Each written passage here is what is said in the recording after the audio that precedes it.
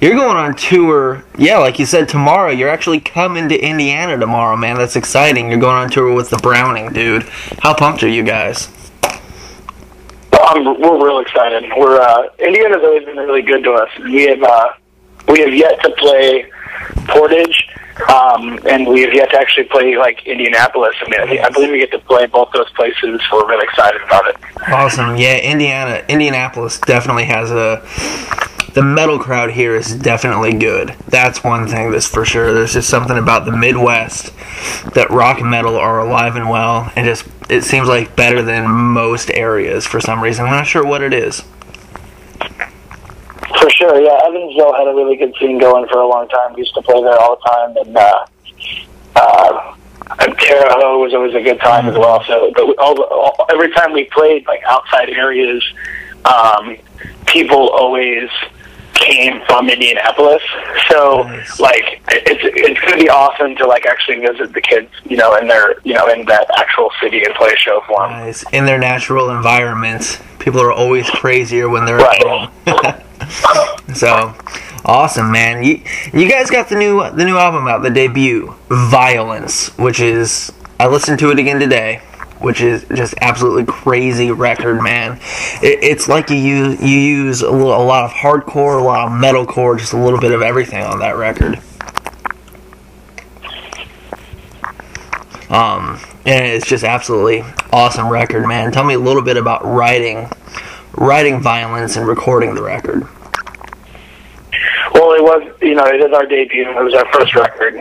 So we wanted to, kind of draw influence from all over the place, kind of wrap it all up and so that we could cover all different bases, there's some stuff for metalheads, there's some stuff for the kids that are into the more melodic side of us, and, there's definitely really aggressive parts, and there's definitely very melodic and, upbeat parts. We just tried to, deliver a solid first record, something that we were all proud of and that we believe a lot of people can get behind and relate to, no matter what scene you're a part of, whether it's hardcore or, metalcore or, anything like that. We just kind of drew from all of our influences, and, I'm pretty proud of the record, and I'm very excited. Awesome. Yeah, I mean, you don't find a lot of debuts that combine a little bit of everything. A lot of artists will come out with a debut and it's like one set sound, one set genre, and it's just one thing from start to finish. But you guys really, really mixed it up a lot on this record, and like you said, threw in a little bit of something for everything, and it's really cool. And you guys work with some really cool guys and really big names on this record as well. Dan from Story of the Year, Caleb, Attack. Tell me about how some of those things came about. Well, Caleb produced our record. He was who recorded and put everything together for us and up in his studio in Columbus, Ohio. And that was just an awesome experience. So just having him on the record naturally was, a go-to decision, and he wound up working out perfectly for that track. Dan is a good friend of ours. They are Story of the Year from St. Louis, the same hometown, and been partying with them for years, and it seemed like a natural thing for our first full-length record. It was just kind of a no-brainer to have Dan on the record. He's just a good friend of ours, and I think he contributes to the track very well. He fits very well. So, and it's kind of cool to have two different opposite sides of the spectrum when it comes to guest vocals, and it kind of shows our band, in more of an eclectic sense, showing that we're a multi-dimensional band and we're not just another one of those, breakdown metalcore bands. We can offer something else to the plate. Yeah, absolutely. And with the way the industry is today, with so many new bands trying to come out with debuts and trying to, get there, you really have to offer something special and something different and prove that you're not like the rest of them if you really want to have a chance now. How has it been for you guys, starting from the very beginning to getting to where you're at? What's the journey been like for you guys? Well, this band started from the ashes of other failed projects, basically in the St. Louis area. Myself and guitar player Josh Spohr, we've been best friends for years, and our old band kind of fell to pieces, and we just took previous experiences and applied it to what we started to work on, which was the beginning stages of Toss. And we started writing, I guess, the basis of the songs maybe like 2.5 years ago, somewhere like that, along those lines. We were demoing out material, and we actually wrote and recorded an EP, just him and I, and we kind of recruited the rest of the band from there and started to adapt our sound. And it took a while to get the lineup solid and to find the right dudes for the job. And then I believe that we did. We went even further than our expectations. And once we got Matthew and Matt and Isaac on board, it was just kind of game over from then on. We just meshed really well and combined our writing efforts and kind of tackled the sound and changed it a little bit. And the ending result was Violence. That's, I guess, the first record that we did together as a whole as this band, and I think we're all very proud of it.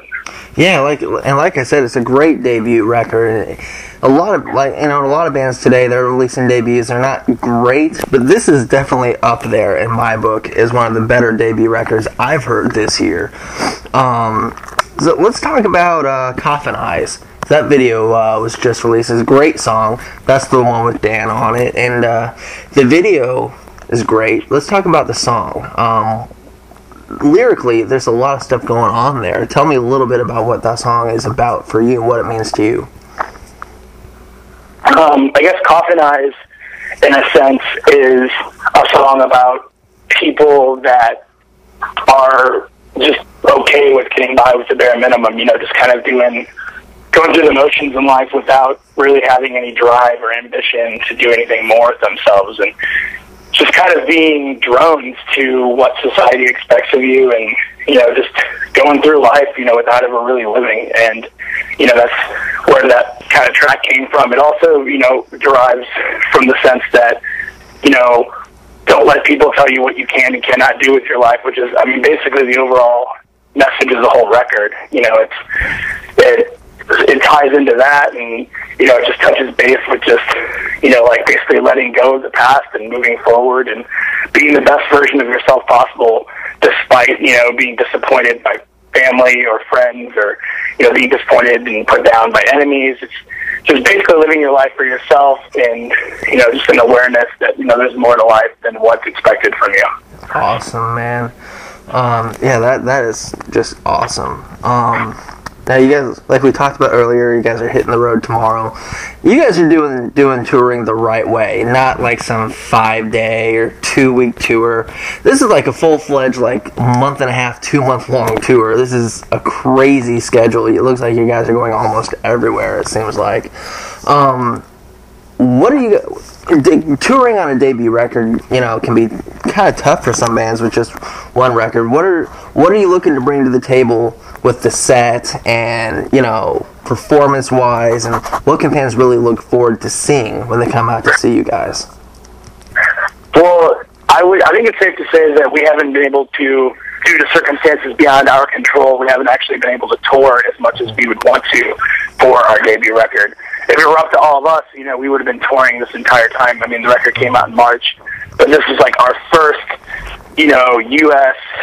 run, and that's why we decided to make it so long. We were like, there's a lot of kids out there that haven't seen us live and haven't heard the record performed, in its natural environment, and we just wanted to make sure that we covered as much area as possible. Obviously you're going to miss some markets, and some kids are going to get disappointed, but, we're going to do our absolute best to cover as much ground as we can for the rest of the year, and then, even into next year. Hopefully we're even busier next year. People can just expect that we're going to give it our all, and that they're going to receive the idea that, we're not doing this for the wrong reasons. We're not doing it for gimmicks. We're not doing it for money. We're doing it so that people can understand that this is the real deal. We're not trying to fall victim to, cookie cutter bands and just kind of be popular for a second and then droning out. We want to concentrate on well-written songs and solid performances and just delivering it all, as aggressively and passionately as possible.